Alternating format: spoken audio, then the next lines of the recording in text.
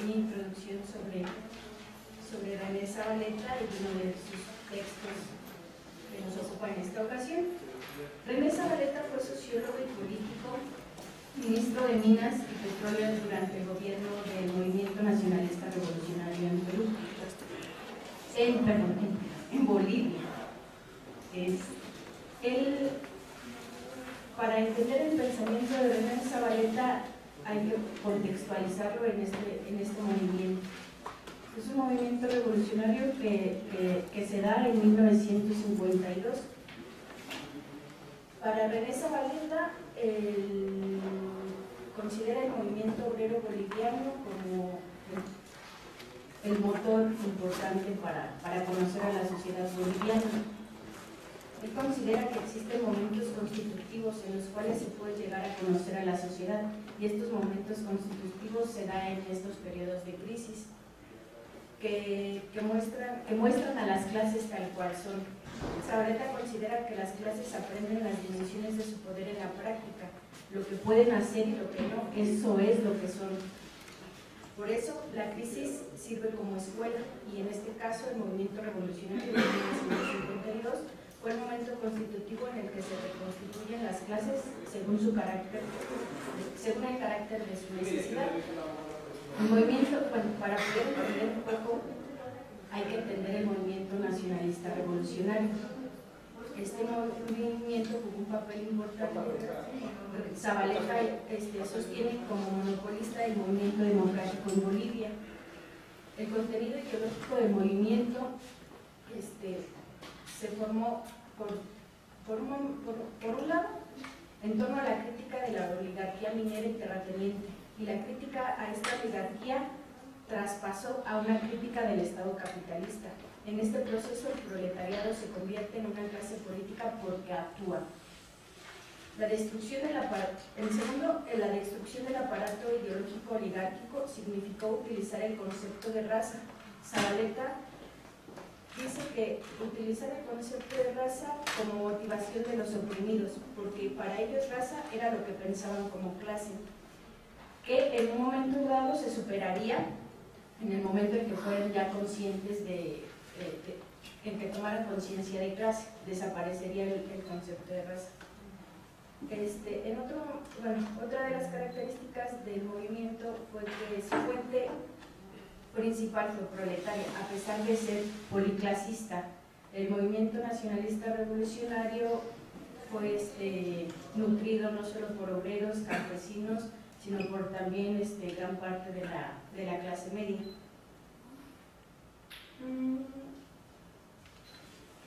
Para Zavaleta, la fase de la hegemonía de las masas en 1952 se caracterizó por un proletariado emergente, dirigente, pero no como una clase para sí.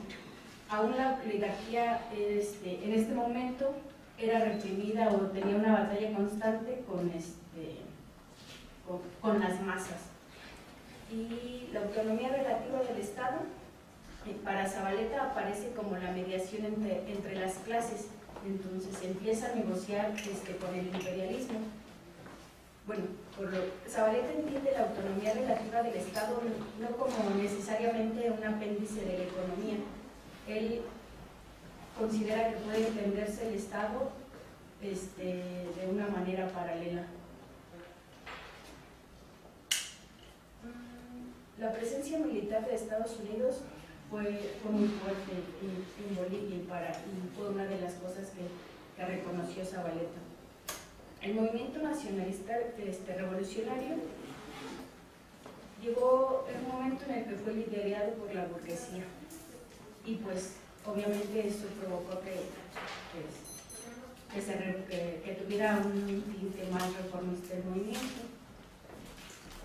René Zavaleta considera que las clases nacionales son la clase, el proletariado, el campesino y un sector de las clases medias, aunque es muy crítico del movimiento campesino y sobre todo de las clases medias. Las clases medias se las define por exclusión. Dice, es que no sabemos qué son las clases medias, pero la podemos definir por exclusión. No es proletariado ni es burguesía. Entonces, lo que resta eso es lo que son las clases medias, aunque ve un potencial en ellas porque dice que al acceder, al poder tener acceso a la cultura, puede ser un móvil en el momento en el que se dan cuenta o deciden coincidir con las clases nacionalistas. En ese momento pues nutren mucho el movimiento nacionalista. En cambio el movimiento campesino es muy crítico de él porque dice que al ser el movimiento nacionalista revolucionario, al darse en las ciudades, entonces el móvil y quien toma conciencia de clase es el proletariado. En cambio, el campesino solo colabora en un primer momento. Él reconoce mucho al proletariado boliviano, sobre todo el minero, porque los campesinos que deciden salir del campo, de la tierra, se trasladan a las mineras a trabajar en las mineras, y él ve que la raíz del proletariado es este campesino, pero ese campesino que decide salir del campo, de su situación. Bueno, un poquito es para contextualizar cómo es que surge el pensamiento de René Zavaleta, es en este contexto. Para Zavaleta, Bolivia es un país perseguido y muy lastimado, aún más con respecto a las demás naciones latinoamericanas, no solo por los estadounidenses, sino también por los anglo-brasileños, anglo-paraguayos y muchos otros países. Es el país más desigual, fue el país más desigual del mundo durante muchos años. Él la considera como una semicolonia. Al encontrarse en el corazón de Sudamérica, ocupó un lugar muy estratégico para la circulación del capital. Para Zavaleta, bueno, es importante ubicar muchos conceptos en René Zavaleta, como la nación.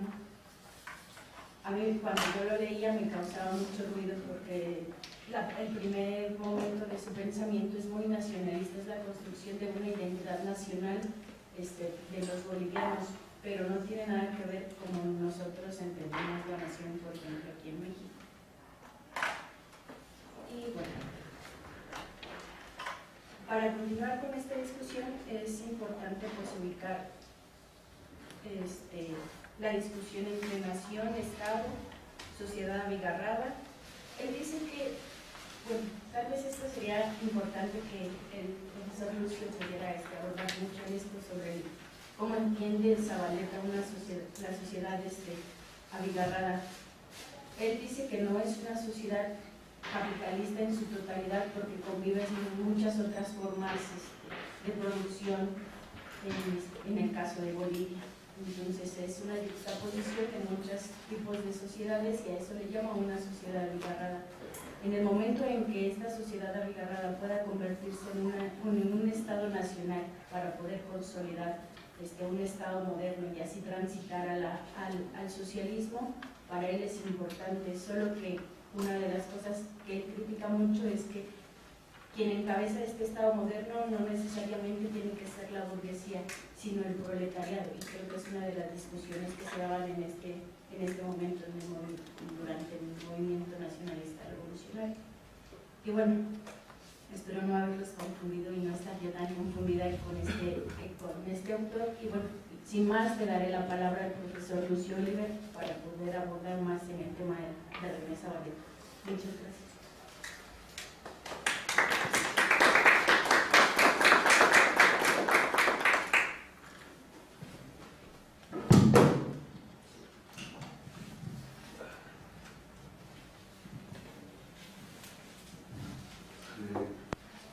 Buenos días a todos, gracias, gran introducción, agradezco la invitación del seminario para discutir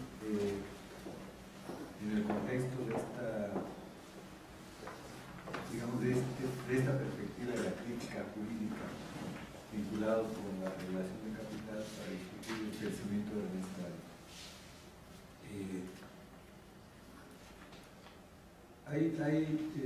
es un autor muy creativo desde el principio,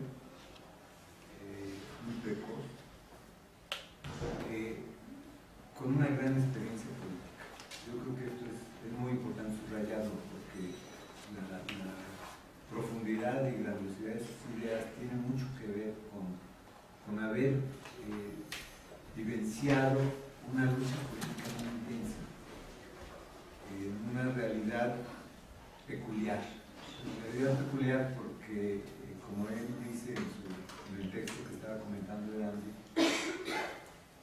el mundo obrero minero era, y hace un comentario interesantísimo, en un país semicolonial, podríamos decir que todavía no se constituye plenamente como país. Era, sin embargo, el mundo obrero era a la manera de Carlos Marx. O sea, era tan concentrada la vida obrera en las minas de Bolivia que toda esta peculiaridad del proceso de trabajo, del proceso de acumulación y la relación social era a la manera de Carlos Marx. Es decir, ahí conoció lo que es esta relación capitalista de trabajo y de vida muy nítidamente.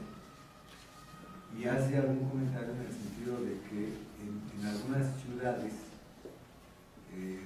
de otros países de América Latina no se vive esa nitidez, porque son ciudades donde las capas medias, como decía, los lumpen, rodean mucho al proletariado y lo influyen, dice, con sus mitos, con sus perspectivas de vida, y obviamente se abre a otro proceso para generar una perspectiva intelectual de lo que es la sociedad del país y sus contradicciones más compleja. En cambio, él dice, en Bolivia, desde las minas, se vivía muy claramente el proceso capitalista a la manera del capital, o sea, a la manera del capital. Y eso él lo vivió desde chico, desde los 15 años que se involucra con la revolución del 52. 15 años, porque René Zabaleta nació en 1937 y la revolución 52 son a los 15 años, viviendo en un lugar que fue protagonista de esas luchas sociales, la ciudad de Oruro.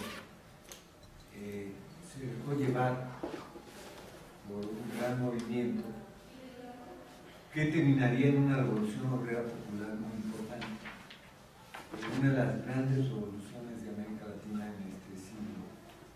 Después de la mexicana, la boliviana es el otro referente de la revolución. Antes de la revolución chilena y antes de la revolución cubana. Antes de la revolución cubana y de la revolución chilena. Son, digamos, los grandes momentos que sembraron América Latina y que con modalidades, con características distintas fueron construyendo eso que Enrique Semos llamó el ciclo de la revolución capitalista en América Latina, en un sentido amplio. O sea, las transformaciones capitalistas latinoamericanas se van también procesando a partir de estos momentos intensos de revoluciones particulares y van abriendo van produciendo la transformación de América Latina. Y a Zabaleta le tocó a los 15 años, por así decirlo. Le tocó en su ciudad. Empezó a aprender de política desde esa edad. De tal manera que fue una persona muy precoz en su pensamiento y en su acción. A los 21 años ya era diputado de una región minero indígena, en un estado en donde las luchas políticas tenían mucha legitimidad, las luchas políticas parlamentarias. Entonces, ser diputado a los 21 años en ese estado era muy importante para aprender de política, no de la política que estamos viviendo ahora en México, por ejemplo, pero sí de la política donde realmente se confrontan proyectos político-culturales distintos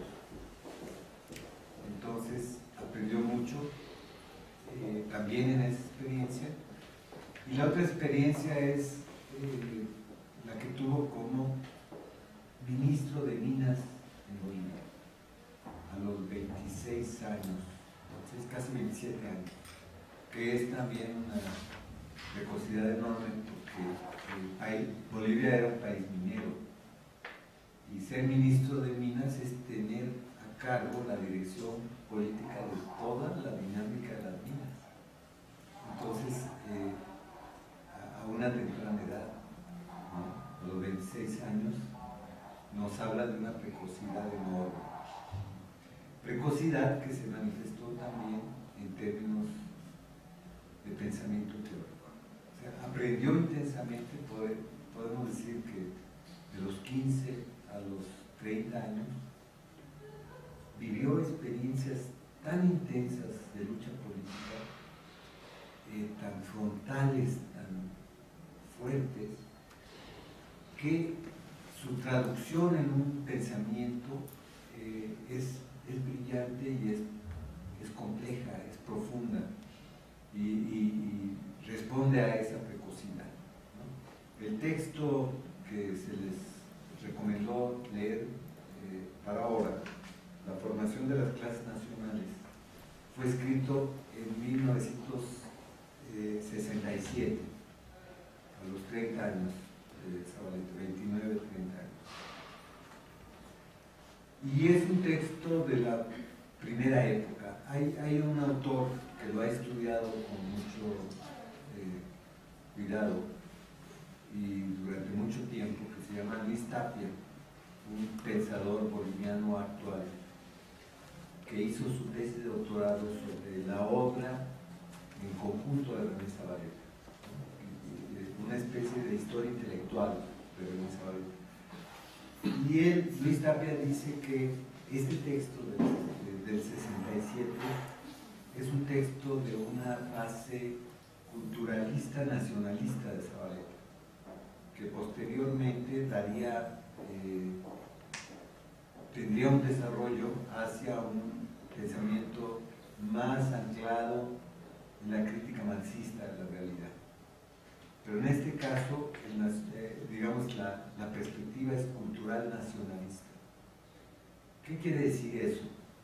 Y sobre todo pensando en que nosotros en América Latina tenemos muchos otros pensadores culturales nacionalistas que no tienen nada que ver con la óptica ni con la profundidad de Zavaleta.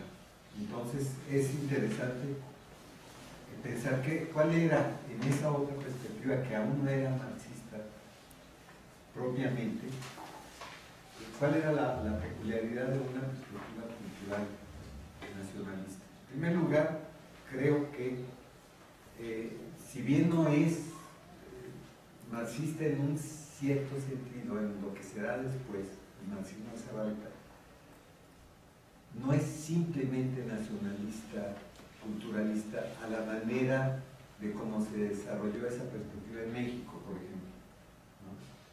Donde lo nacional engullía y difuminaba los distintos intereses de clase, y donde la cultura se exaltaba como un elemento común de unidad que abarcaba a todos. Para el Zavaleta del 67, que escribe este texto, La formación de las clases nacionales en Bolivia, el nacionalismo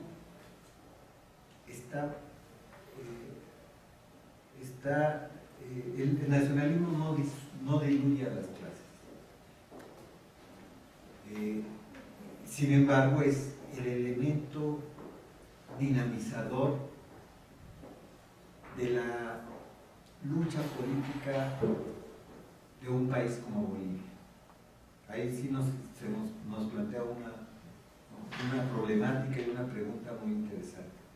Y la cultura tampoco diluye a las clases, sino que la cultura emana de las clases, y justamente la cultura es el elemento que en cierta forma termina por constituir el carácter nacional de las clases.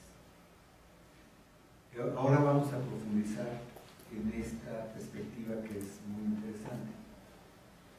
Pero quiero decir que Zavaleta desarrolló su pensamiento, es un teórico de lo que yo considero el teórico de la ciencia política basada en el pensamiento crítico latinoamericano. Es una ciencia política crítica. América Latina creó entre los años 60 y principios de los 80 un gran pensamiento político crítico, y Zavaleta es uno de los personajes de esta ciencia política crítica. Pero no lo es solo en tanto esta perspectiva nacional culturalista que vamos a discutir hoy, sino sobre todo en función del desarrollo de un pensamiento crítico marxista volcado a la lucha política, que ya es una peculiaridad, porque en esa época prevalecía un marxismo muy reducido a la economía, un marxismo reduccionista en donde los problemas de la voluntad política contaban poco, porque se esperaba que el capitalismo mismo llevara a crisis profundas donde aparecieran insurrecciones espontáneas contra el capitalismo que abrieran el espacio a la revolución socialista. De hecho, hubo una lectura incluso de la revolución cubana en ese sentido, ¿no? El foquismo tiene mucho de reduccionismo económico, ¿no? Es decir, es una sociedad cuya crisis por sí misma iba a permitir o permitió una insurrección de masas que luego llevó al socialismo. El foquismo como interpretación peculiar, y hoy es fácil tildarlo de equivocada, de la revolución cubana. Frente a estas concepciones y otras, como la concepción más clásica de muchos partidos comunistas de América Latina de que la lucha por superar la situación de semicolonia y crear estados nacionales modernos en América Latina era una tarea de las burguesías nacionales, y había que permitir que estas burguesías nacionales la llevaran a cabo. Y de hecho hubo hasta una lectura de la Revolución Mexicana en ese sentido, ¿no? La lectura de Aya de la Torre del Estado antiimperialista es un poquito eso, ¿no? El Estado antiimperialista en donde una clase media burguesa nacionalista es la que conduce las transformaciones y crea un Estado que para Aya de la Torre era como el camino hacia el socialismo. No se complejizaba mucho cómo es que una clase media generadora de burguesía se iba a llevar al socialismo, no era el problema principal de Aya de la Torre. Entonces, más bien, era una especie de movimiento esperado, lógico, de una burguesía que, profundizando su carácter nacional, iba casi a trasladar, a permitir que madurara la clase trabajadora industrial, el proletariado agrícola, y por ahí un movimiento casi lógico le iba a traspasar al poder a esa clase trabajadora madurada. Esto obviamente nunca sucedió, ¿no? Los problemas del poder no son así, no son lógicos, no responden a esa entrega lógica que la burguesía de ese estado antiimperialista iba a trasladar su poder a las clases trabajadoras. Nunca pasó. Pero fue una lectura fuerte de la Revolución Mexicana, del Estado antiimperialista, que emocionó muchísimo. Entonces, frente a estos dos reduccionismos, Zavaleta se ubica desde el nacionalismo primero y después desde el marxismo con una visión de pensamiento político crítico distinto, que yo creo que aquí podemos ubicar su peculiaridad. Cuando él dice, sí, la tarea nacional está pendiente en América Latina, sin embargo no la asocia al crecimiento y desarrollo de la burguesía nacional, como el sujeto que va a ser el constructor de la nación en países como Bolivia. Y este texto del 67, la formación de las clases nacionales, es muy interesante porque ahí por primera vez se plantea con mucha nitidez el problema. ¿Cuáles son las clases nacionales y es la burguesía una clase nacional o no? Una reflexión fundamental, incluso desde el pensamiento nacionalista, de un nacionalista como Zabaleta en ese entonces. Pero él responde de una manera muy compleja. Dice, ¿qué son? ¿Cómo se construye la identidad nacional de las distintas clases, de los distintos componentes de una sociedad? ¿Y cuáles son aquellas clases que son, en cierta forma, portadoras de esa capacidad de construir la nación? ¿Y a partir de qué? Esa es la pregunta que se hace, que era una pregunta en el 67 central en el debate político y en la lucha política, y en particular en Bolivia, pero en general. Entonces él construye el texto que ustedes leyeron planteando cosas interesantísimas que ya lo alejan mucho del nacionalismo típico latinoamericano, pero también que le permiten entender cuestiones propias de una sociedad como la boliviana, que se expresarán con mucha fuerza después. La primera de ellas es el indígena en Bolivia, es el grupo social más profundamente nacional, por dos elementos centrales. Uno, porque es el que está vinculado a la tierra, que tiene el indígena y la tierra forman una unidad profunda que es la base de cualquier sentimiento nacional. No se puede pensar la nación sin un vínculo profundo con la tierra. Y el indígena boliviano es portador de ese vínculo porque lo carga en su civilización. Fíjense qué interesante. Lo carga en su civilización y hay una especie de elemento cultural profundo, cultural social, que le permite al indígena boliviano ser nacional, casi podríamos decir de por sí. Hoy sabemos que esto hay que matizarlo, porque esa carga civilizatoria de un grupo social no quiere decir que todos los componentes de ese grupo social la carguen con la misma intensidad. Él, ahí en ese momento, está pensando el indígena boliviano más, particularmente en el indígena con el cual él tenía relación, que es el indígena andino. Y hoy sabemos que Bolivia, por ejemplo, tiene 36 grupos originarios indígenas distintos.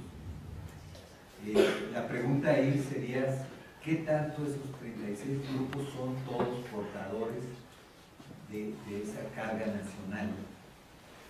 Pero sin duda alguna, independiente de las clases, el indígena como grupo social es el que tiene con mayor profundidad el vínculo con la tierra, y ese vínculo es toda una civilización, que es muy interesante. Es decir, esto tendría mucho que ver con la actualización del debate sobre el territorio hoy.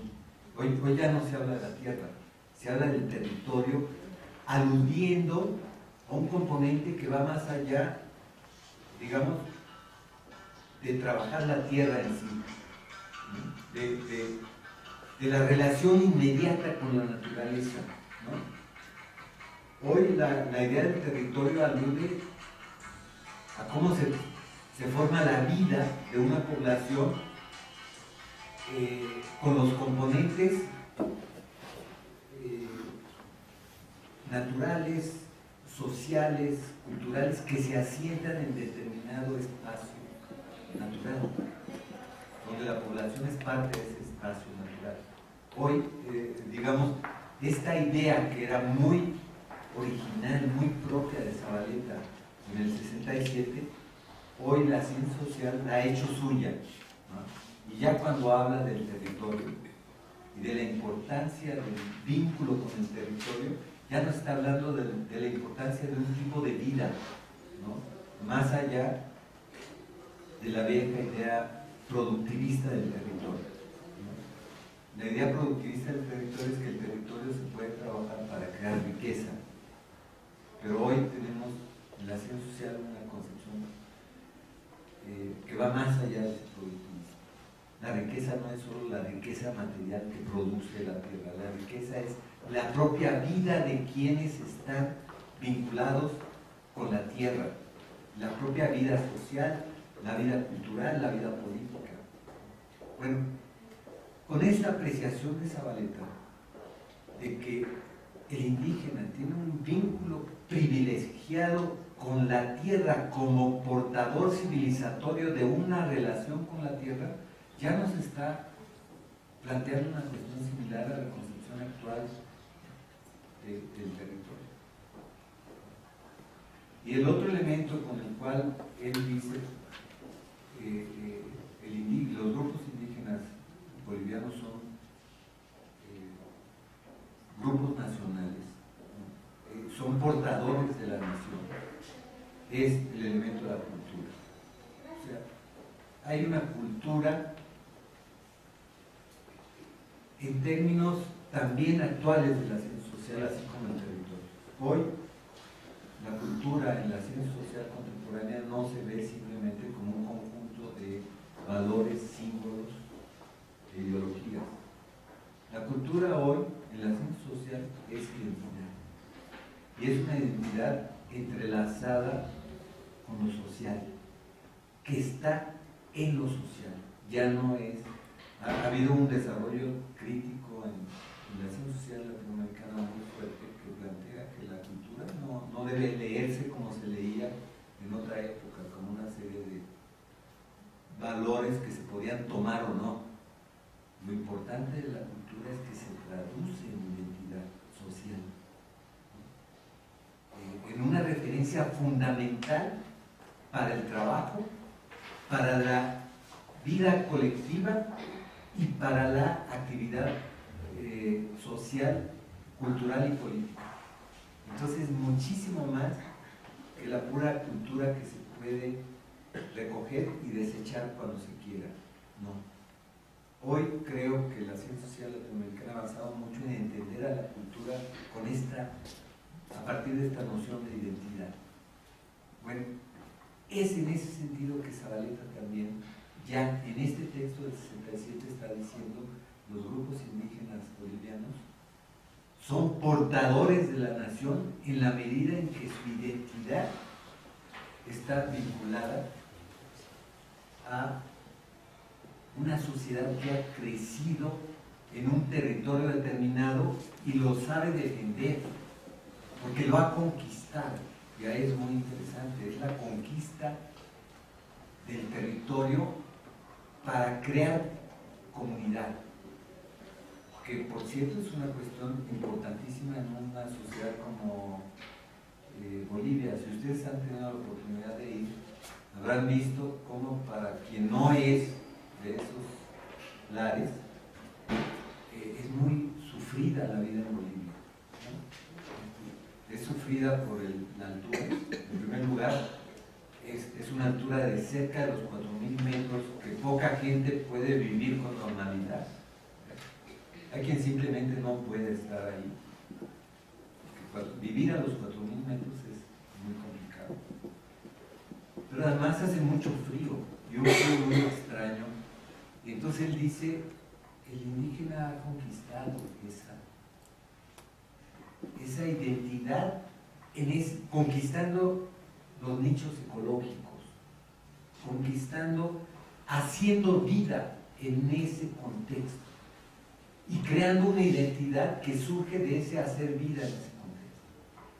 Entonces, su reflexión es, por eso los grupos indígenas bolivianos son de por sí portadores de la nación.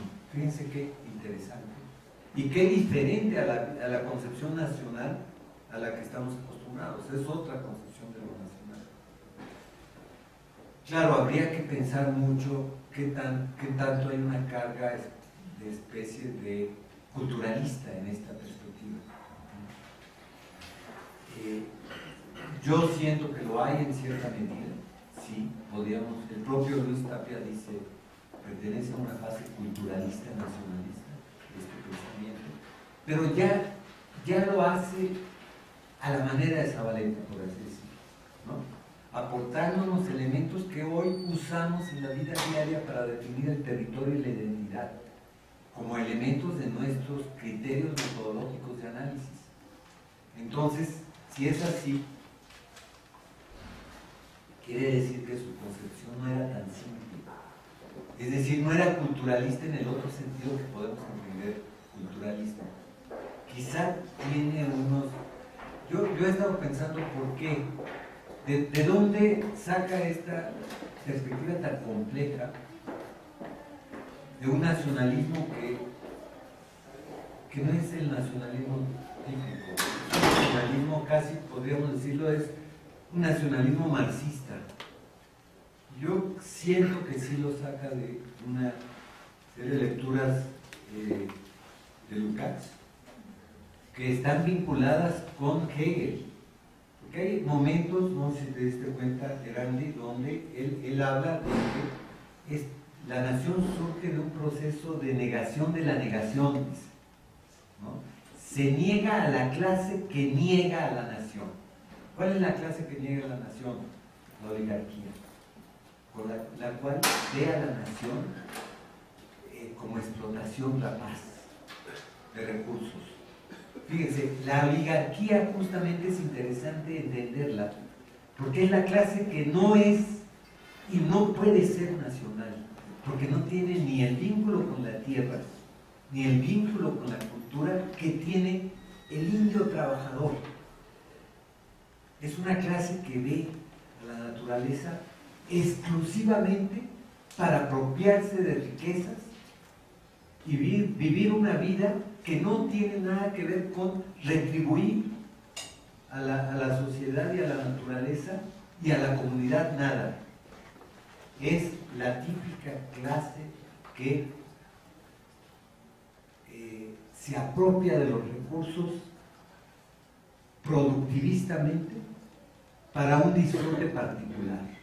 Esto nos está recordando algo de lo que hoy se está discutiendo en el Parlamento mexicano, ¿no? Porque los grupos políticos que tienen el gobierno de México están reproduciendo esto que Zavaleta decía como clases negadoras de la nación, en donde para ellos la nación es exclusivamente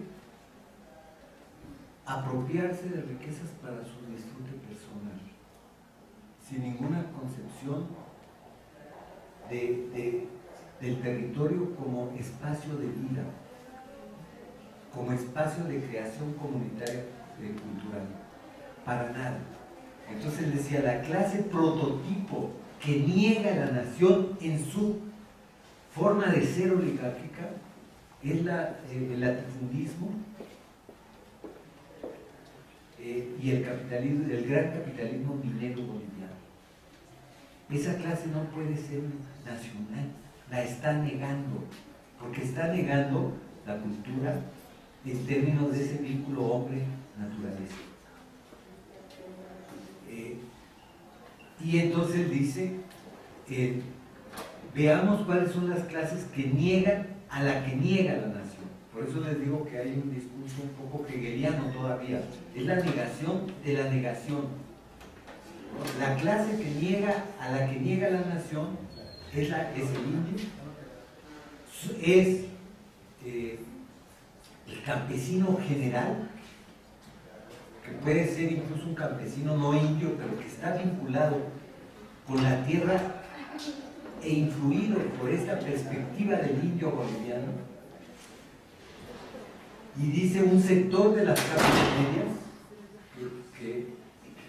que se hace en cierta forma, que se identifica con esa cultura, y por primera vez, fíjense, es un nacionalismo muy interesante porque dice, por primera vez en este país, con la construcción de las minas, se ha creado una clase social, los mineros, los trabajadores mineros, que igual que el indio tiene un vínculo con la tierra, desarrolla su vida comunitaria en las minas a partir de ese vínculo con la tierra, pero tiene características diferenciadas incluso de ese indígena. ¿Por qué? Porque las comunidades originarias han sido muy maltratadas por la historia de la conquista y de la colonización. Y sí tienen, y lo estamos viendo en este siglo, las comunidades originarias bolivianas eran portadoras de la nación también en el sentido de sus prácticas comunitarias, ¿no? Que Zavaleta quizá veía todavía un poquito exteriormente, digamos. Aunque él vivía en una zona de composición indígena muy fuerte, estaba mediada ese conocimiento del indio boliviano, estaba muy mediado por el lugar mismo de vivencia de Zavaleta, que eran las minas. Entonces, digamos, lo que hoy estamos pudiendo ver después del 2002, con la lucha del 2001, en la lucha de las comunidades por el agua de Cochabamba, la lucha de la guerra del gas de 2003, que se desarrolla en todas esta zona andina y en la zona del Alto de Bolivia, la lucha del 2005, eso que recuperó, mostrando la riqueza, digamos, concentradora comunitaria de las comunidades originarias bolivianas. Quizás Zavaleta no lo veía en la medida de esta concepción del indio que les estoy comentando, pero quizás no lo veía en términos de la potencialidad organizadora de las comunidades originarias, porque él veía esa potencialidad más que en esas comunidades, la veía en los trabajadores de las minas, donde él decía, son una minoría que tiene características cualitativamente superiores al resto de los grupos sociales bolivianos. Por eso la mina se convierte en el referente básico de la nación. No porque desconozca que los indígenas son portadores de ese vínculo con la tierra y vínculo con la civilización que se basa en la tierra, no, porque eso lo deja muy claro, pero sí porque dice el proceso productivo de las minas le da una concentración y una vida colectiva concentrada a los trabajadores mineros que lo hace ser una minoría superior a todas las demás en términos de su defensa nacional.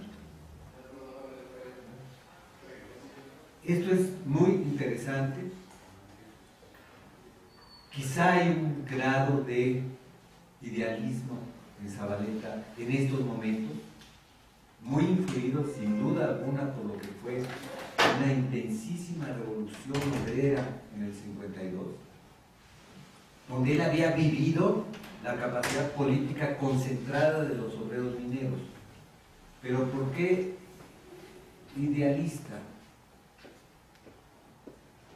Porque todo ese contenido peculiarmente nacional que le atribuía a los obreros mineros Zavaleta, en estas luchas de la primera década del siglo XXI en Bolivia, se ha diluido frente a la actividad política, cultural de las comunidades originarias, ¿no? Ahí está, pero las minas dejaron de tener el peso que tenían, ¿no? Y los obreros mineros se quedaron con los aspectos más obreristas de su historia política. Entonces hasta están teniendo dificultades para entrelazar su lucha con la lucha de las comunidades originarias. Y ha habido hasta conflictos muy fuertes que derivan de la contraposición entre la perspectiva de revolución indígena dentro del Estado plurinacional y la perspectiva obrerista de lo que queda de los trabajadores mineros.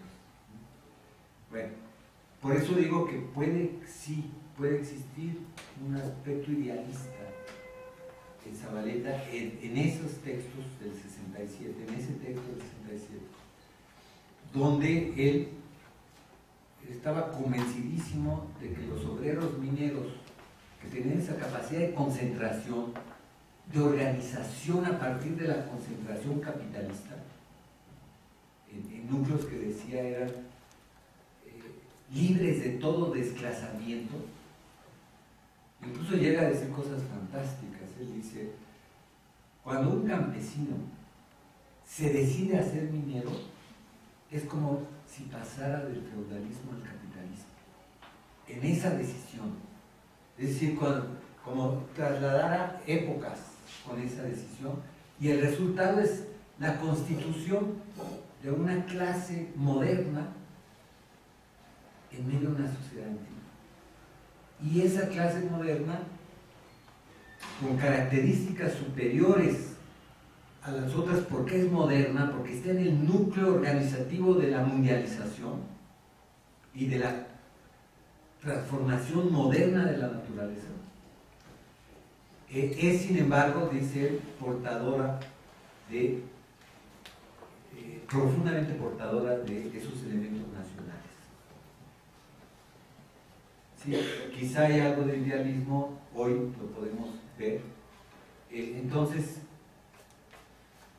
y además esta construcción de que una clase puede ser protagonista en la medida en que la negación de la negación puede ser, como decía Engels en un momento dado, que coincida con la realidad, porque la realidad tiene mucho de eso, pero así como método actual de análisis no podríamos usarlo, porque es el método de Hegel, la negación de la negación. No es el método de la ciencia social moderna, no es el método de Marx, es otra concepción que está muy fuerte y brillantemente utilizada por Zavaleta, digamos. Entonces es un hegelianismo proveniente de su vínculo con Lukács y vinculado con la noción de las clases sociales. Este es, digamos, un uso abigarrado de la teoría también, ¿no? Dentro de una sociedad abigarrada, pero es un uso abigarrado de la teoría. ¿Cómo puede combinar a Hegel, a Lukács y a Marx de esa manera, y a Lenin de esa manera, ¿no? Está combinando autores que, vistos en sus maneras separadas, se contraponen, y sin embargo él está haciendo una especie de ejercicio intelectual magnífico para tratar de entender algo que fue muy importante, es decir, dónde está en Bolivia, digamos, la capacidad de crear la nación moderna, dónde está en el sentido de sus clases sociales, de sus grupos sociales. Esto le permite ubicar en el campesinado, en el indígena, en ese proletariado minero y en un sector intelectual de las capas medias a las clases nacionales y a las otras como las clases legadoras de la nación. Es decir, fíjense, la noción de burguesía nacional, que era común en los análisis de esa época, ya en Zavaleta no opera. Porque él dice, ¿qué es la burguesía nacional? Es la clase que quiere construir un mercado interno y es la clase que quiere construir un Estado. Pero él observa que en Bolivia la unión entre los latifundistas tradicionales y esa clase oligárquica minera ya había creado lo que él llama un superestado, es decir, un poder constituido que se oponía a la nación, que se convertía en especie de agente de los intereses externos y que no tenía capacidad como Estado de construir nación. Es decir, la burguesía boliviana no tenía capacidad concreta de construir nación. Esta noción surgía del conocimiento profundo de los grupos sociales en Bolivia y su vínculo con la producción, la tierra y la cultura. Entonces él dice, de esta situación yo derivo que la burguesía en Bolivia no es que potencialmente no tenga digamos, el interés histórico de crear mercado interno y crear un Estado, porque digamos, está interesado en una acumulación que tenga expresión interna, pero llegó tarde. Es una especie, en Bolivia la burguesía llegó tarde para transformarse en burguesía nacional, porque se enfrenta a una alianza entre una oligarquía latifundista y minera muy poderosa que le impide, y también se enfrenta a grupos sociales indígenas, campesinos y mineros, trabajadores mineros, que son los verdaderos portadores de la nación. Entonces la capacidad de desplegar un proyecto nacional de la burguesía en Bolivia, Zavaleta dice, está impedida por estos dos elementos. Entonces será una burguesía como incapaz de construir un proyecto nacional. Y esto en 67 es muy importante. Plantear esto en 67 es muy importante y también como lo plantea Zavaleta. Y dice, de todas maneras, el problema nacional ahí está. ¿Cómo recuperar a la nación en este momento contemporáneo? Cuando tenemos estados que son naciones y que han construido, digamos, su fisonomía nacional en Europa, en Estados Unidos, han construido de tal manera que los procesos de construcción económica nacional han llegado a tal punto que han llegado a una fase que él llama imperialista. Es aquella fase donde lo nacional se ha construido en Europa y ya se presenta como la necesidad de exportar capitales para consolidar eso para no solo consolidar, sino consolidar y llevar a una dimensión mundial eso que ya se había constituido en los países europeos como poderosas construcciones estatal nacionales. Hay una generalización también aquí y está sobre todo hablando de los grandes países como Alemania, aunque dice que Alemania llegó tarde a este proceso, como Inglaterra, como Francia, en donde han logrado construir el mercado interno, el Estado, y ahora proyectan una exportación de capitales que significa invadir otros espacios e impedir en esos otros espacios que se repita el proceso que ellos vivieron. es lo que dice, es el paso de sociedades que en un momento dado fueron proteccionistas y que hoy defienden el libre comercio y se expresan, digamos, impidiendo el proteccionismo de los países latinoamericanos y impidiendo la constitución de procesos estatal nacionales propios, soberanos. Entonces es muy interesante porque la burguesía boliviana, dice, llegó tarde en los dos ámbitos.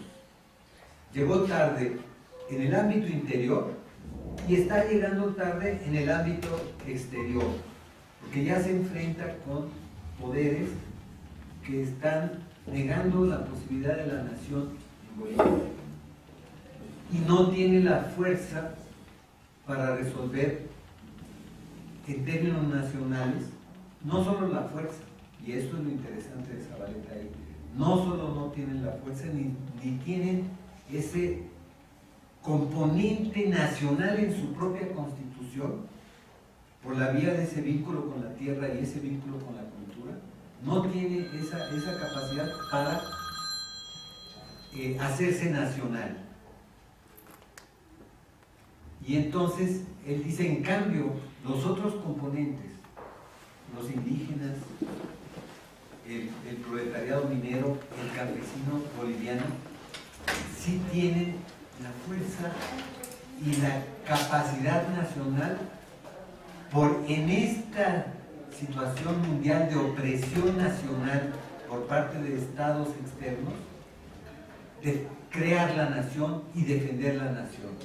Pero él dice, por lo tanto, esa lucha por la nación en Bolivia será necesariamente un movimiento de masas compuestas por estas tres, digamos, por estas clases, y donde las capas medias pueden tener un papel directivo.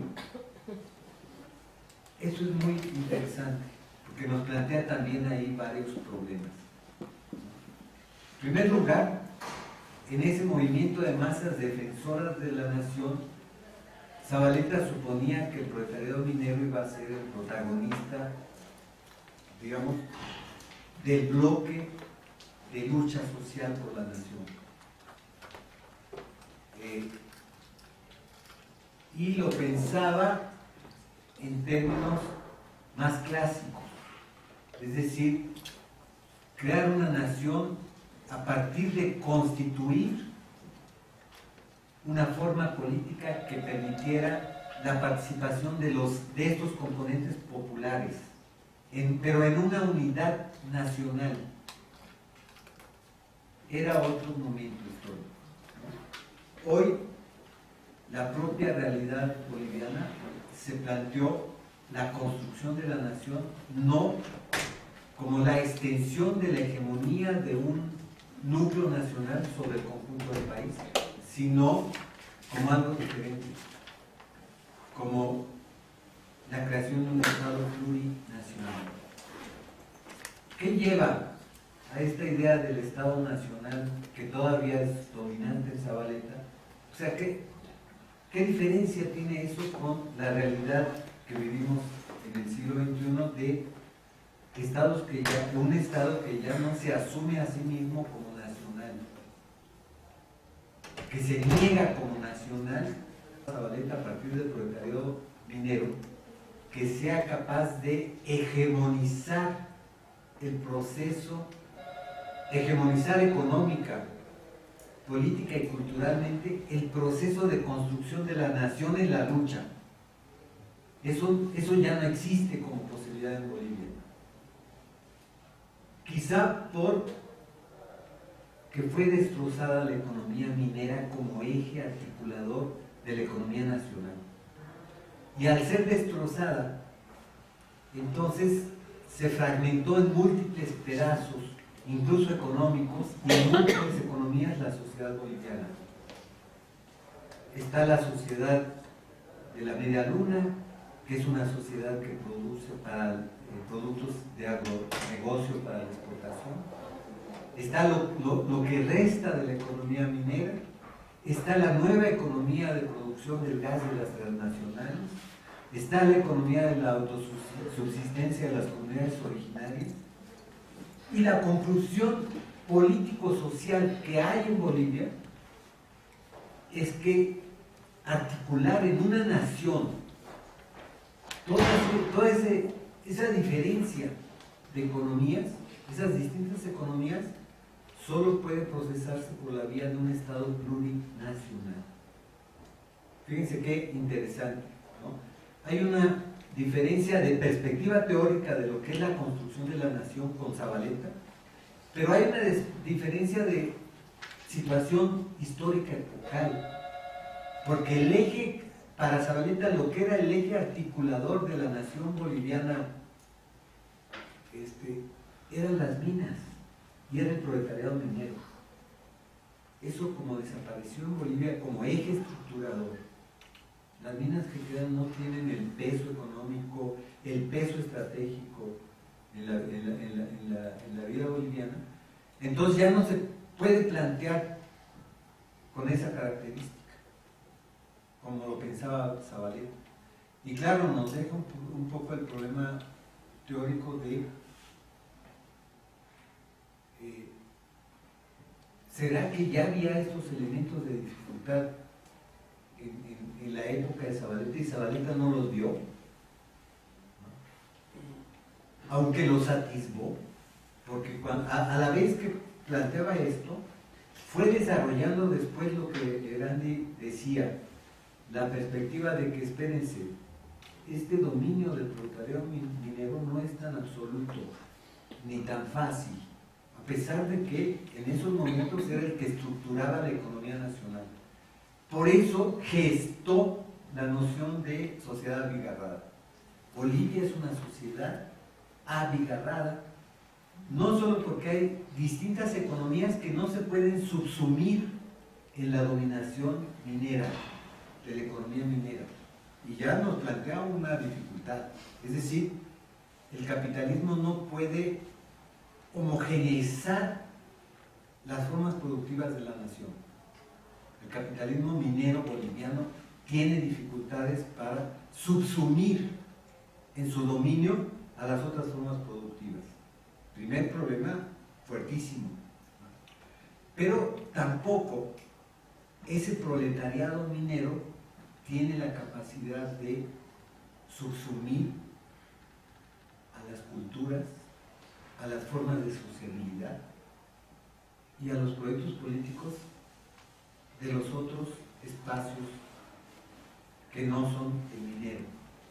Ya Zavaleta empezó a percatarse en los siguientes escritos de esa dificultad, y por eso gestó la noción, es que Bolivia es peculiar en ese proceso de, digamos, de paso de formas productivas heterogéneas a la subsunción formal y a la subsunción real del trabajo del capital, porque se da como una especie de persistencia y dificultad para que se subsuman al capitalismo dominante, lo cual produce en Zavaleta una noción importantísima, que es la noción de sociedad abigarrada.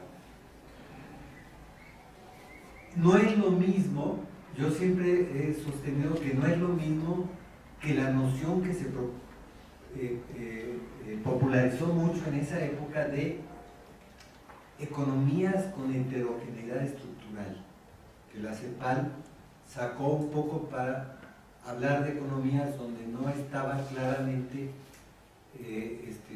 visible este proceso de transformación capitalista de las distintas formas productivas, ¿no? Y para la CEPAL, entonces, aquí no todo es capitalista, por lo tanto hay una heterogeneidad estructural, ¿no? Heterogeneidad quiere decir eso, distintas formas productivas que tienen un arraigo, que son estructurales.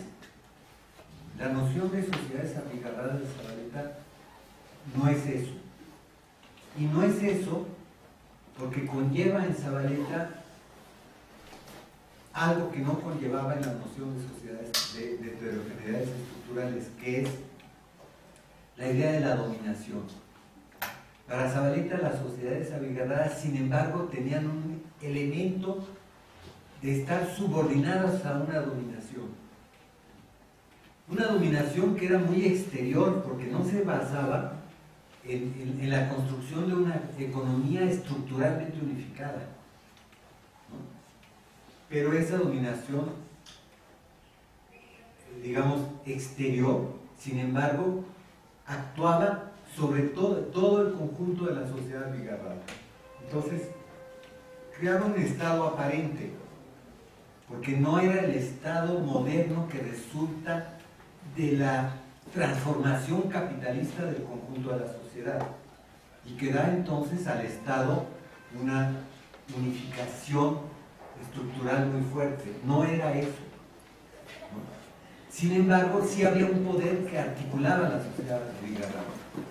Y fíjense que en general se ha destacado la idea de sociedad abigarrada de Zavaleta y de estado aparente en función de que la sociedad no logra constituir una unificación en torno al capitalismo.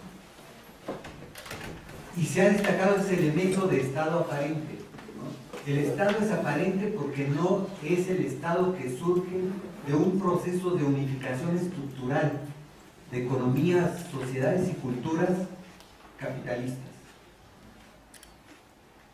Es un estado, sin embargo, que en esa, digamos, característica de estado aparente sí logra unificar por arriba a la sociedad, que es otro elemento también importante, que nos habla no solo de la debilidad del Estado, sino de la fuerza del Estado en otro sentido.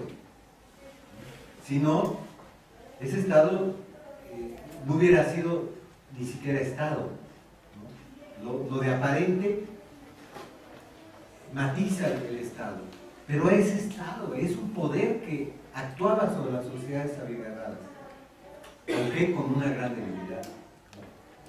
Entonces, eso es lo que pienso yo que hace diferente la noción de las sepables economías o sociedades con heterogeneidad estructural y la noción de sociedades abigarradas bajo el dominio de un Estado aparente que plantea Zavaleta.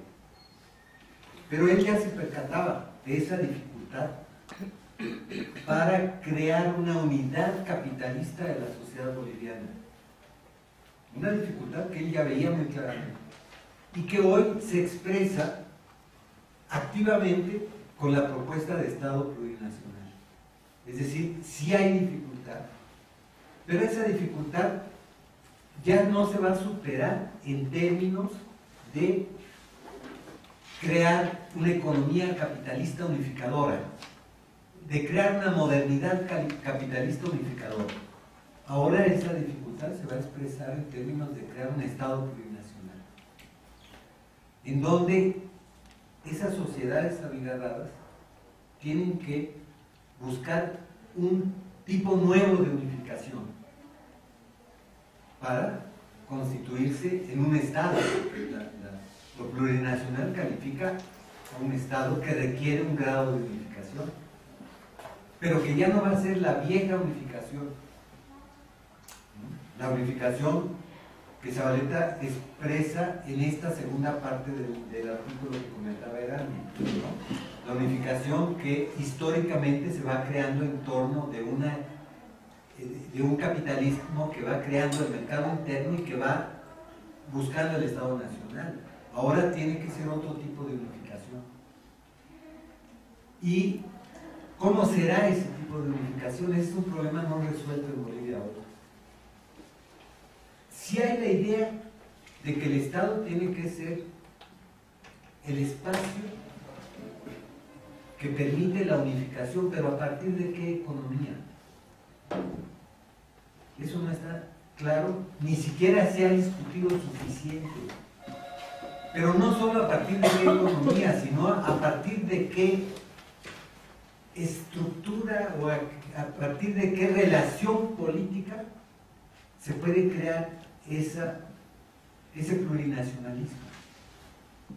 Y ahí, quien ha planteado una tesis muy interesante es Luis Tapia, que ha planteado la idea de que esa plurinacionalidad solo puede ser construida a partir de la creación de un núcleo común en donde los componentes socioculturales y políticos de esa sociedad abigarrada se busquen un nuevo tipo de encuentro.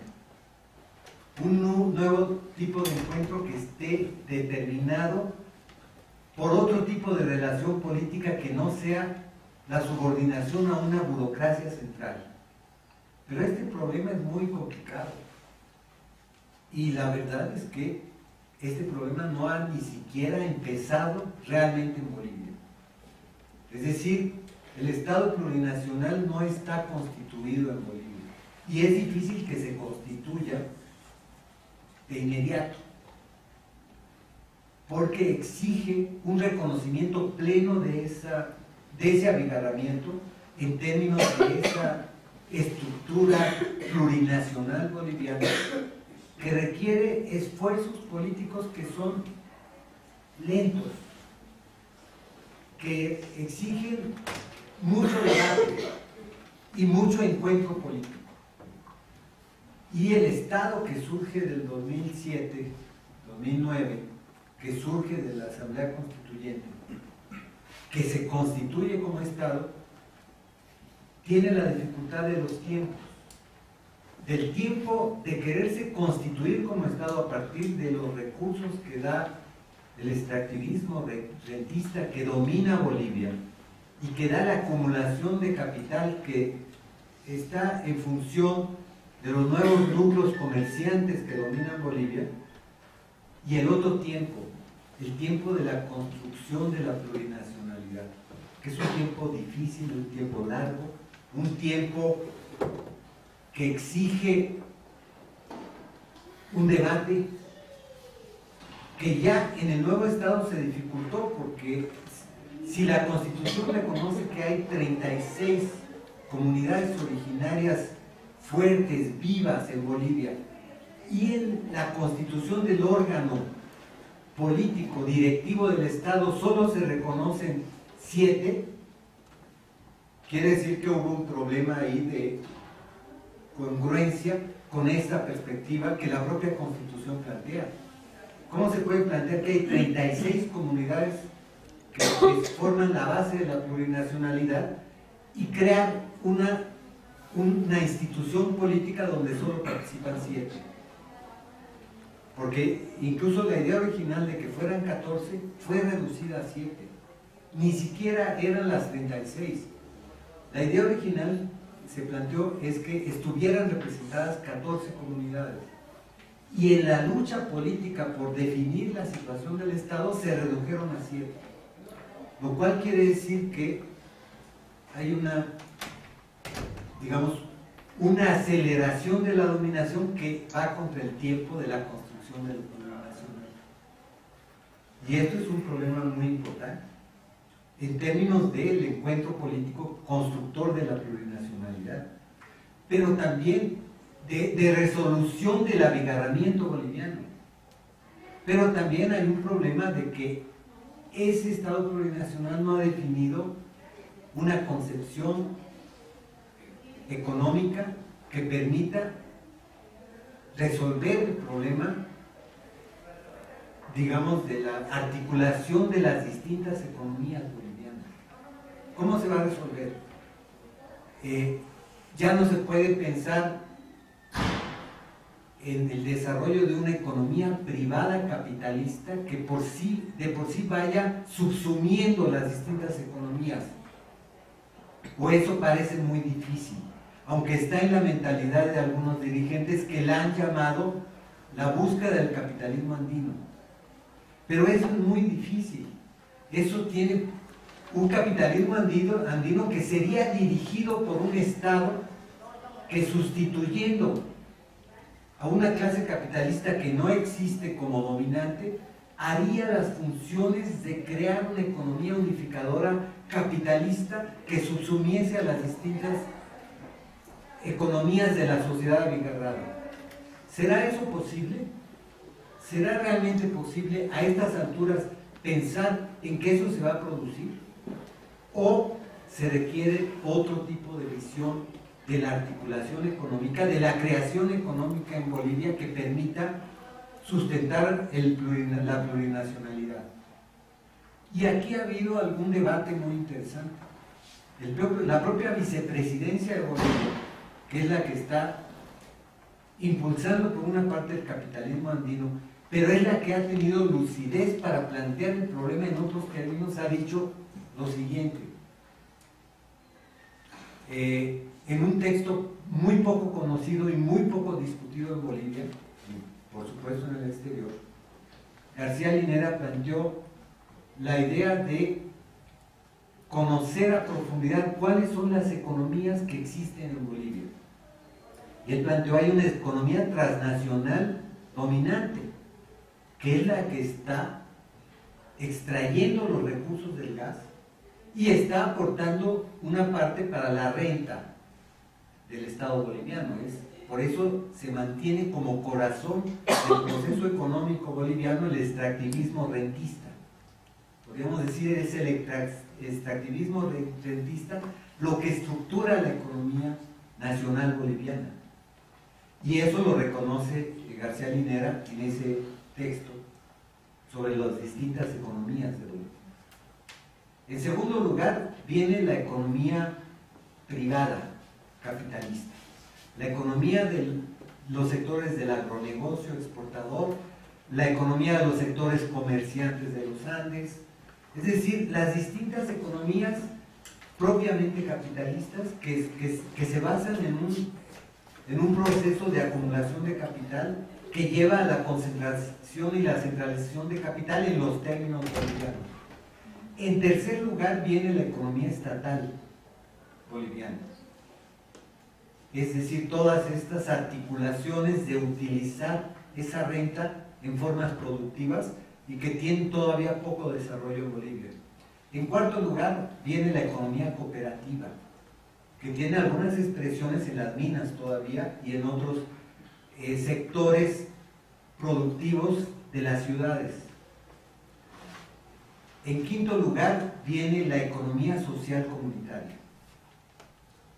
Entonces él dice, el reto es reconocer en primer lugar estas distintas economías, pero cambiar el peso que cada una de ellas tiene en el conjunto de la dinámica productiva boliviana y hacer que la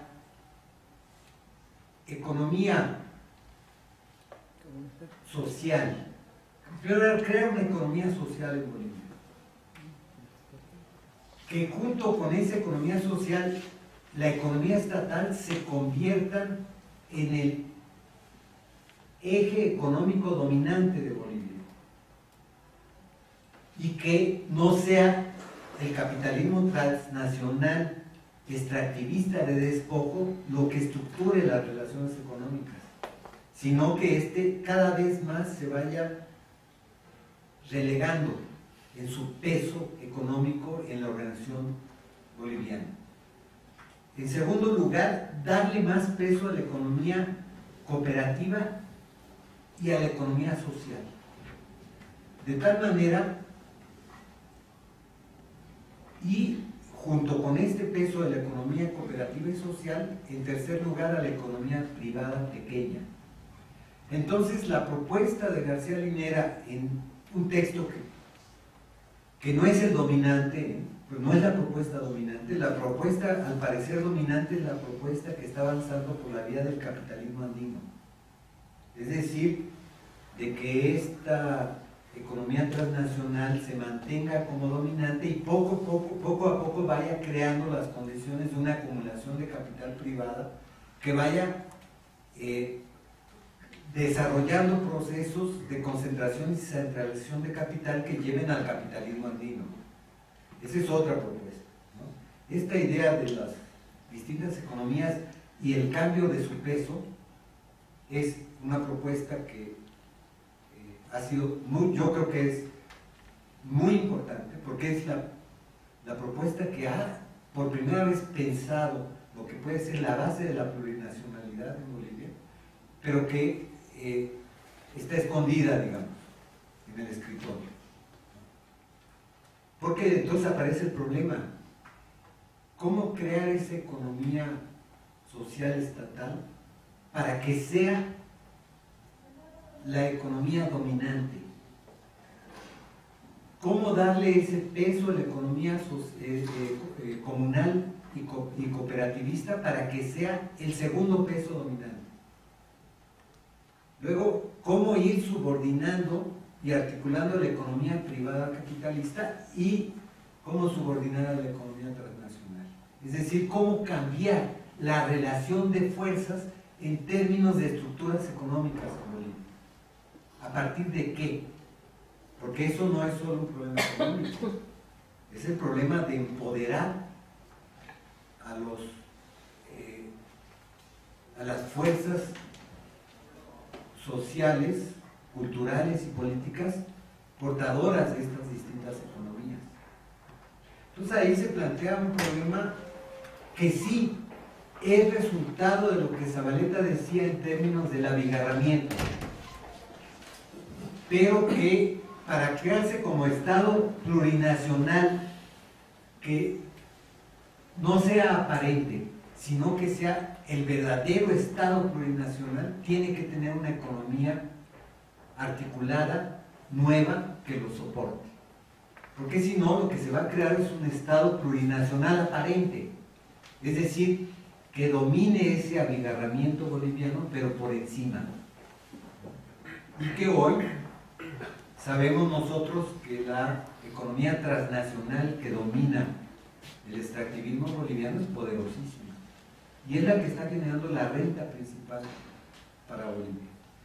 Entonces fíjense cómo este problema de lo nacional hoy recoge muchos elementos importantísimos que ya Zavaleta planteaba en este texto,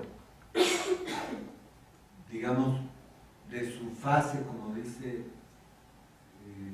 Luis Tapia, nacional culturalista a la Zavaleta, es decir, no era el nacional culturalismo que conocemos, sino una especie de nacional culturalismo marxista,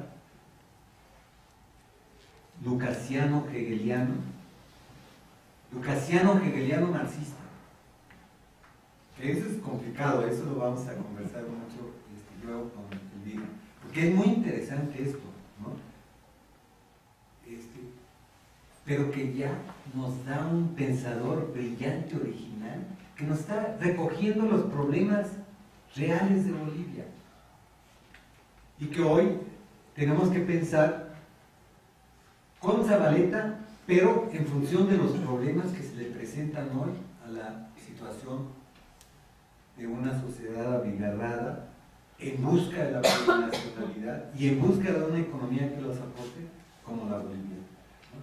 Entonces, bueno, yo quise extenderme en esta beta para mostrar cómo textos, incluso iniciales como este de 67, la formación de las clases nacionales, si los leemos con cuidado, tienen un aporte al pensamiento social crítico actual extraordinario, ¿no? Pero ese es el tipo de pensador que era Zavaleta.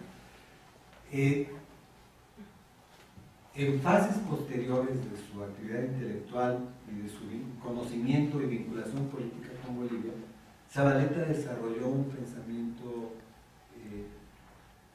marxista original. Esto se concentra, digamos, se expresa en forma concentrada en los textos de 1983. Textos como El Estado en América Latina, como Determinación Dependiente y Formas Primordiales, en fin, un conjunto de textos que ya en 83 nos muestran un Zavaleta absolutamente original, creativo, que es un aporte, pero que eso quizá nos llevaría a otro momento, a otra conferencia, ¿no? Yo quise hoy trabajar más el texto que tenía que ver con lo que ustedes leyeron, porque Gerardi me dijo que el texto obligatorio de lectura que habían elegido era este texto del 67, la formación de las clases nacionales. Entonces me quedo por aquí Y sí, quizá habrá otro momento en que podamos trabajar los textos de los 80, sería muy interesante. Porque se plantea en cierta forma problemáticas más universales que el texto del 67 que leyeron. Más universales, muy interesantes, pero ese es otro momento. Yo quería un poco dar mi lectura de este texto que ustedes también leyeron. Gracias.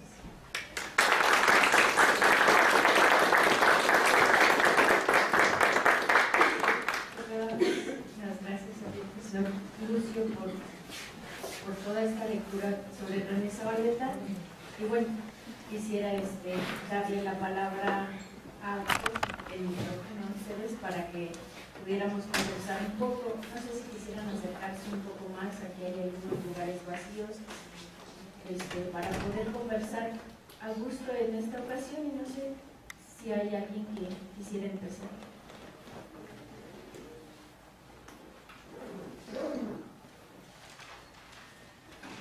Nada. Bueno, aprovecho que se animan a dar las gracias a los que nos están viendo desde la página del CEICH.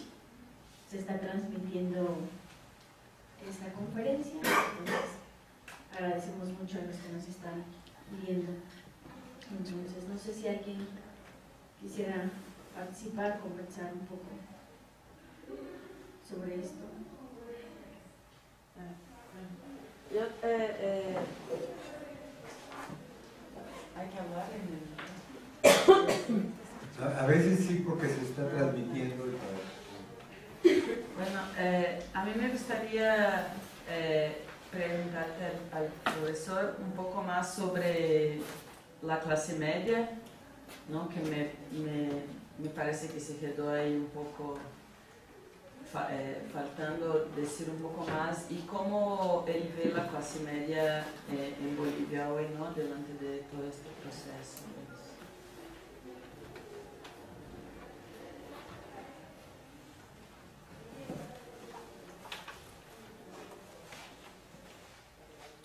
¿Alguien más?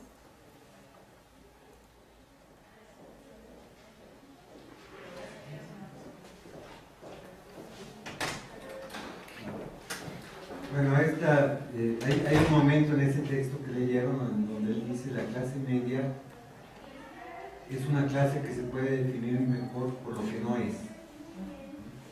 No es una clase productiva, no es una clase explotadora, no tiene la riqueza de componentes económicos, políticos de las clases que sí son productivas, pero es una clase que tiene la cultura, que maneja, que está vinculada con la ideología. Es una especie de... son los componentes individualistas que no están adscritos a una forma productiva directamente, pero que han sido educados para pensar y para dirigir, podríamos decir. Entonces, él dice, esta clase, en la medida en que no tiene una adscripción productiva única, no se identifica, es la clase cuya tarea principal es, digamos, transformar las contradicciones en contradicciones aceptables para la reproducción de la dominación. En general, digamos, la clase media es la clase cuyo manejo ideológico permite la alienación de la sociedad. Sin embargo, es una clase con componentes individuales muy diversos, y muchos de ellos se identifican con las clases nacionales, dice, productivas nacionales, y pueden dar un aporte extraordinario como dirigentes, pero no expresando su propio núcleo social, sino vinculados a esos componentes productivos nacionales. Por eso es una clase que entrega dirigentes para la masa trabajadora, minera, obrera, que entrega dirigentes para la clase campesina. Ahora podemos decir que entrega dirigentes para la lucha indígena popular, Entonces,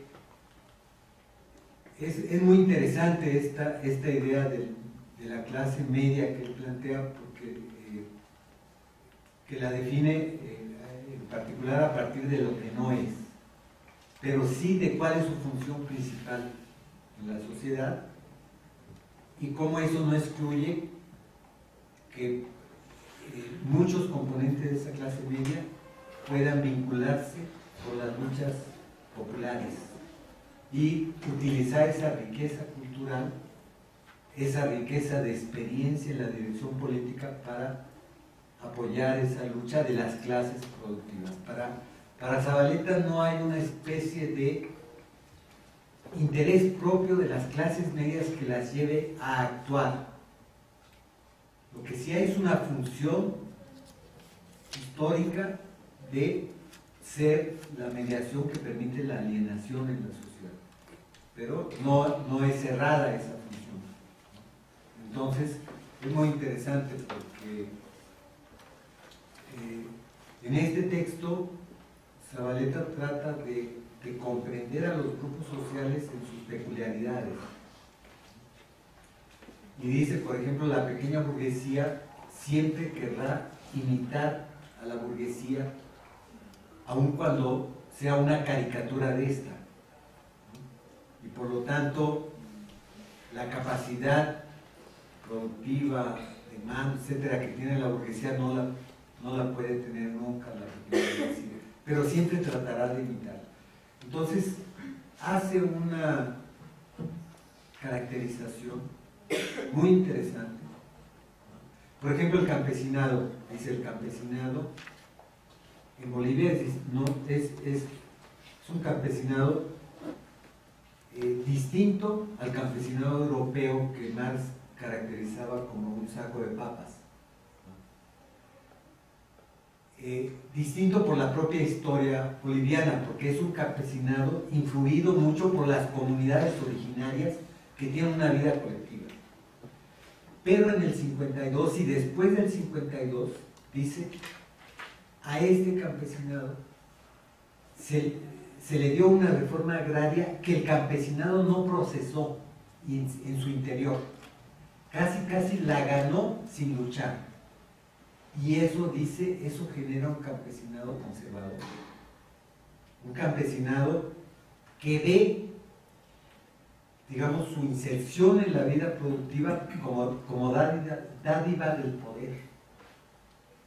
No es interesante porque ese campesinado no es el campesinado que se mantuvo como comunidad originaria en la historia boliviana. No, es otro campesinado, es el campesinado que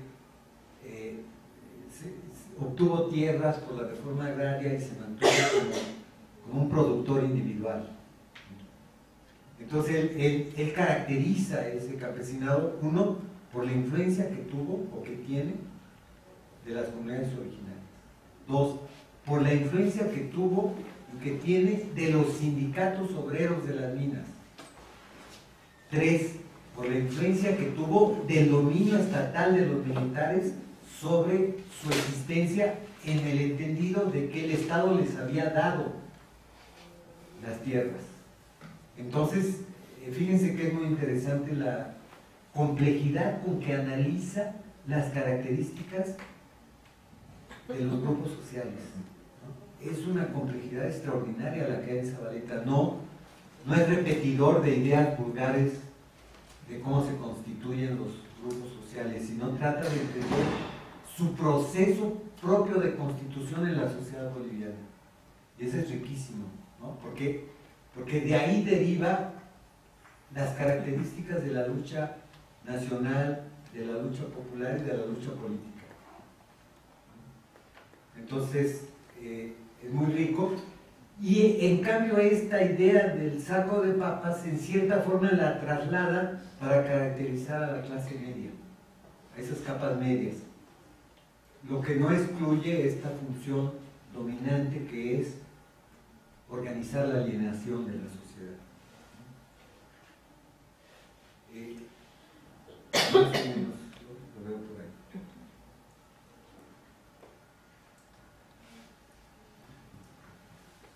No sé si alguien más quisiera compartir algo, tal vez unos cuestionamientos sobre Dos preguntas. ¿Cómo evalúa el conflicto del TICNIS y las aparentes contradicciones pues, que hay en el Estado boliviano, que tiene obviamente la atención de integrarse a la región de Brasil y desde luego pues, los intereses de las comunidades originarias?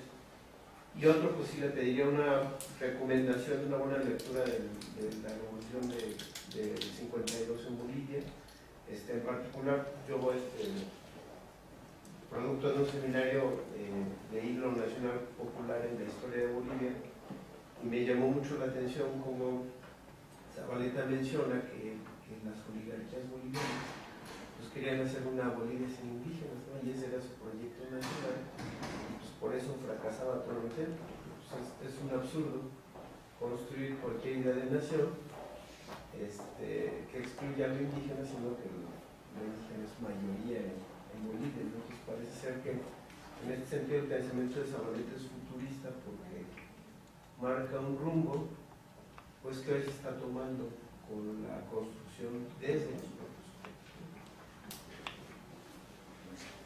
Muy bien, sobre estas dos preguntas, rápidamente lo de la Revolución 52, te recomiendo que leas un texto de Zabaleta que se llama La Revolución del 52 en Bolivia y las tendencias sociológicas emergentes. Ese texto no está en la antología de Claxo y no es tan fácil obtenerlo. Pero si me escribes, yo lo tengo escaneado y te lo puedo enviar, ¿no? Mi correo es oliverbar, la primera con V y la segunda con B, oliverbar@hotmail.com. Quien quiera ese texto me escribe y yo se los envío escaneado para lo del 52. También lo Nacional Popular en Bolivia, el texto grande, pero en particular sobre la Revolución 52, ese. Y ahí vienen muchas referencias, por ejemplo, a unas tesis del 47 que desarrollaron en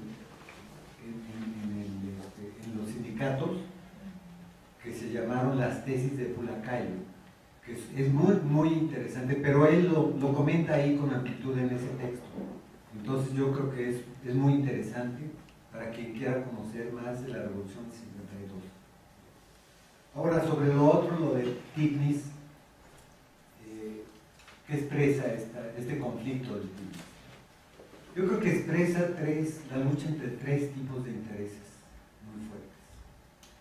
En primer lugar, el interés que sí existe de Brasil de jalar, digamos, las carreteras hacia Brasil para exportar por el Pacífico. Yo creo que Brasil tiene mucho interés en invertir para crear una carretera que le permita sacar su producción hacia el Pacífico. Yo creo que es fundamental en ese sentido. Y el TICNIS va en esa dirección. Que ustedes saben que el Amazonas brasileña tiene la dificultad que se enfrenta con Ecuador, con Perú, con Bolivia, y ahí se atora, digamos. Y esto le permitiría resolver. Entonces sí puede ser una visión de interés brasileño para desarrollar una economía hacia el Pacífico. Pero no solo, yo creo que nos equivocaríamos si pensamos que ese es el único interés dominante de por qué hace la carretera, que por otra parte se confronta con el interés de las comunidades de que no se afecte la naturaleza, y esa carretera está pensada pasando por núcleos y nichos ecológicos muy importantes y por núcleos comunitarios de propiedad territorial comunitaria muy importantes, ¿no? Entonces hay digamos una contraposición ahí, pero nos equivocaríamos si pensásemos que solo son esos dos intereses los que están en lucha. Hay el interés del propio Estado boliviano de crear una articulación económica que rompa con la sumisión de toda esa región a lo que se llama el núcleo de Santa Cruz. Es decir, lo que domina la economía de toda esa región, digamos, del oriente, del nororiente boliviano, es la economía de Santa Cruz, es las grandes oligarquías de Santa Cruz. Y con el PICNIS se crea, digamos, se rompe esa dominación.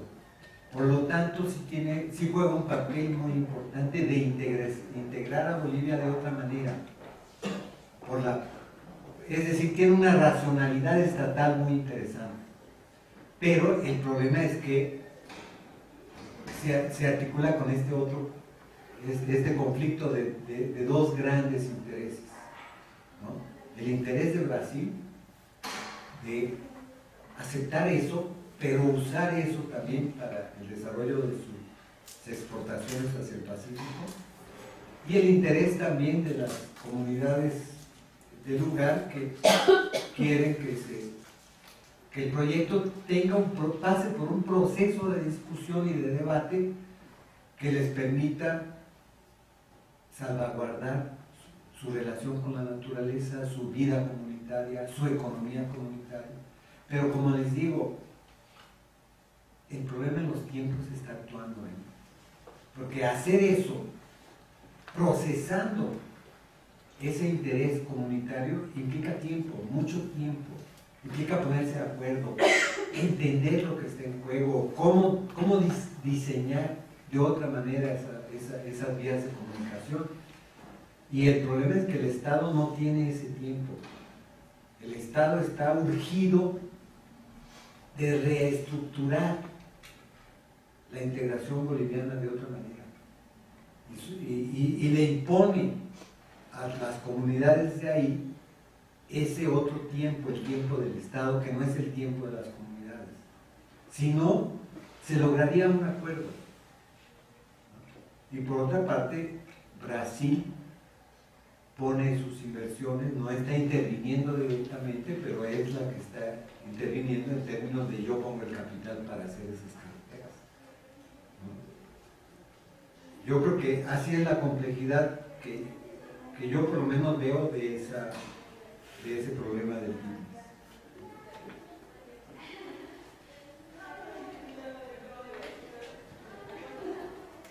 No sé si alguien más quisiera comentar algo, alguna duda, alguna inquietud.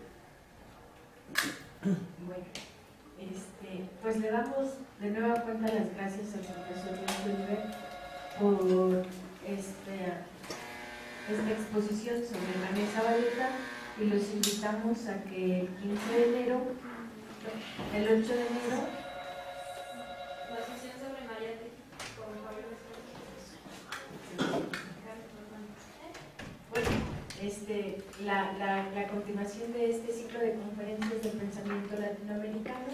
Y bueno, afortunadamente tenemos programada esta invitación al profesor Lucio Oliver para continuar con nuestro seminario. Y bueno, les damos muchas gracias a todos los que asistieron en esta ocasión y a los que nos vieron por internet.